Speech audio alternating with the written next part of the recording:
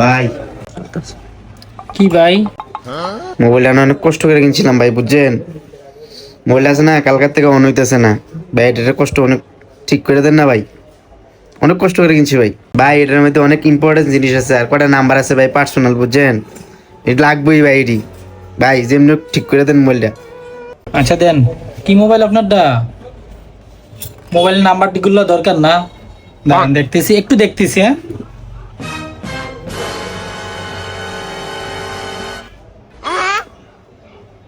আরে শালার ভিতরে মোবাইল দিয়ে অন হয়ে আছে গা।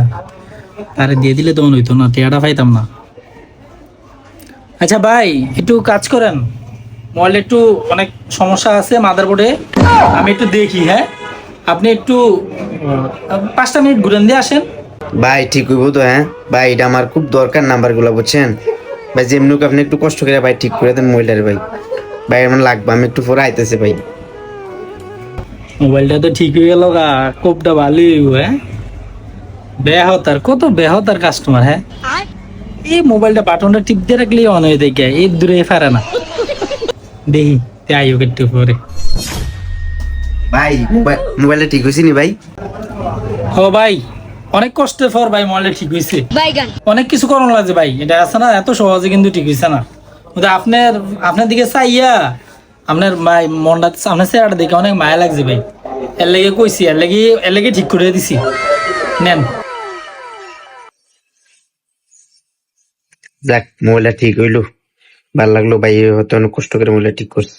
আচ্ছা ভাই, কয়টা খরচ হয়েছে ভাই? কয়টা বিলাইছে? ভাই এটা তো অনেক পরিশ্রম করা লাগছে ভাই, ব্যাটারিটাও ঠিক করা লাগছে। আবার এরকম একটা মাদারবোর্ড থাকে বুঝছেন, এই মাদারবোর্ডের এরকম একটা আইসি এটা ফালান লাগছে। এরপরে ঠিক হয়েছে। ইয়া করছে আপনি 1000 টাকা দেন, যান 1000 টাকা দেন। আপনি ভাই বেশি ইয়া করে লাভ নাই। 2 মিনিট হইলো বাইরে গেলাম, কি মোবাইল যেমন আসলে এমন রয়েছে, করলো না, কিছু করলো না। কয় ব্যাটারি চেঞ্জ করছে, মাদারবোর্ড আইসি চেঞ্জ করছে। সুন্দর লাগতেছে তো, কি আর করার, দিয়া যায় 1000 টাকা বাবা। কিনেন ভাই। ভাই কিছু ডিসকাউন্ট হইতো না ভাই? না ভাই, 1000 টাকা আমি তো অনেক কম রাখছি। আচ্ছা ভাই, ভালো থাকেন, যান। A few moments later.